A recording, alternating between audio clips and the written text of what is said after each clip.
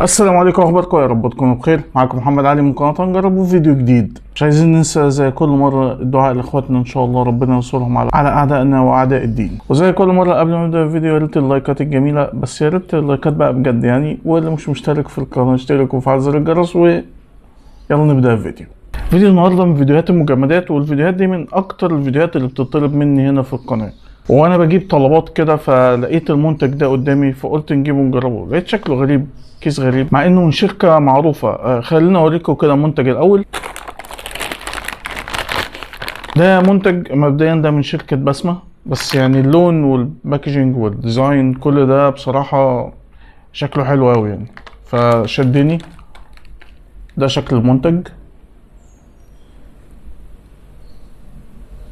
انا كنت عملت فيديو قبل كده عن الطعمية المجمدة، وبرضه كان من شركة بسمة، فتقريبا هم بيحبوا يعني يخترعوا هم قاعدين كده، فهنشوف اختراعاتهم بتوصلنا لفين. المرة اللي فاتت بصراحة عجبني اختراع اللي هو الطعمية المجمدة. المرة دي المنتج ده اسمه بطاطس بالسبانخ ستريبس، نص مقلية وكرانشي.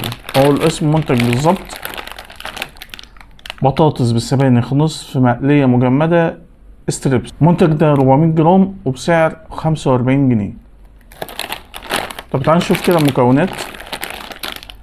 مكونات هي بطاطس وسبانخ وبقسماط وزيت نباتي ودقيق وتوم وملح وتوابل. طريقة التحضير: تقلي الكمية المطلوبة من البطاطس بالسبانخ في حالتها المجمدة في زيت عميق ساخن درجة حرارته 170 درجة مئوية. طيب في حالة الزيت الغزير أو في حالة الزيت العميق بيبقى من 4 ل 5 دقايق تقريبا، وفي حالة المقلاية العادية يعني زيت عادي مش غزير من 6 ل 8 دقايق، وفي حالة الاير فراير لمدة 12 دقيقة على 180 درجة. طيب هو في هنا تنبيه: لا يجوز إعادة تجميد هذا المنتج بعد إذابته. يعني طلع من الفريزر خلاص بيستخدم مرة واحدة كله مع بعض.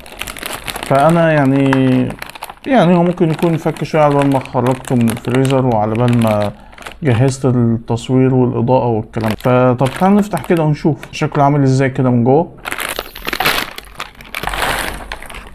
اوه والله شكله مشهي وريحته ريحة حلوة. ده شكله كده. طب تعالى نعد كده كام واحدة. ادي 1 2 3 4 5 6 7 8 9 10 11 12 13 14 18 19 حوالي 19 ل 20 واحدة. طب خلينا كده ناخد لنا كام واحدة كده نقليهم ونشوف طعمهم عامل ازاي.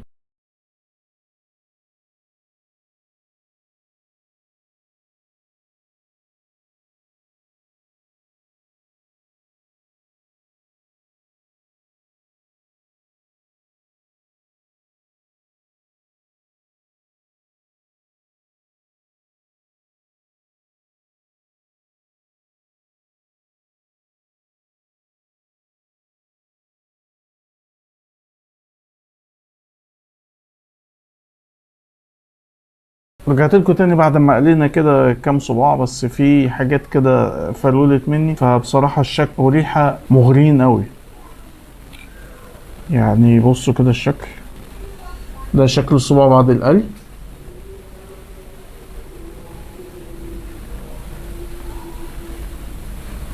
وريحة تحفة قوي يعني. تعال نحاول كده نفتح من النص كده ونشوفه، ونهش من جوه كده.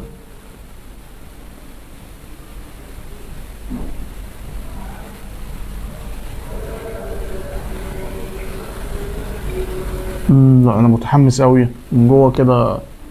زي ما يكون لونه من جوه كده السبانخ تحسه مليانة يعني، لونه اخضر بزيادة. تعال ندوق. لا حلو قوي البطاطس دي، يعني مظبوطه بالظبط. ميكس البطاطس مع السبانخ حلو قوي، ما فيش حاجه طعمها طاغي على التاني، لا يعني طعم البطاطس باين وطعم السبانخ ظاهر، فالميكس مع بعض حلو قوي. وينفع يتعمل كده يبقى سايد كده جنب الاكل او في العشاء يعني، يبقى سناك كده خفيف. لا عجبني قوي. وبس كده، ده كان فيديو النهارده. المنتج فعلا يستاهل التجربه، قيمه مقابل سعر حلو قوي. اختراعات شركه بسمه ما بتطلعش اوت لغايه دلوقتي في اللي انا جربته، او يمكن ده مش اختراع بس انا يعني ما عداش عليا قبل كده، فبالنسبه لي اول مره اشوفه. ولو انتوا عجبكم الفيديو ما تنسوناش في اللايك، انا عايزين شويه لايكات حلوه كده. اللايك بيعلي الفيديو عند اليوتيوب ويخليه ينشره اسرع، والشير كمان بينشره اسرع واسرع وللناس مختلفه. ولو انت مش مشترك في القناه اشترك وفعل زر الجرس عشان يوصلك كل الفيديوهات اللي جايه. واللي بيتفرج عليا من فيسبوك ما ينساش من لايك برضه وشير ويعمل متابعه للصفحه. وفي صندوق الوصف هتلاقي اكونت الانستجرام، ممكن تعمل لي فولو، بتنزل حاجات مش بتنزل على اليوتيوب.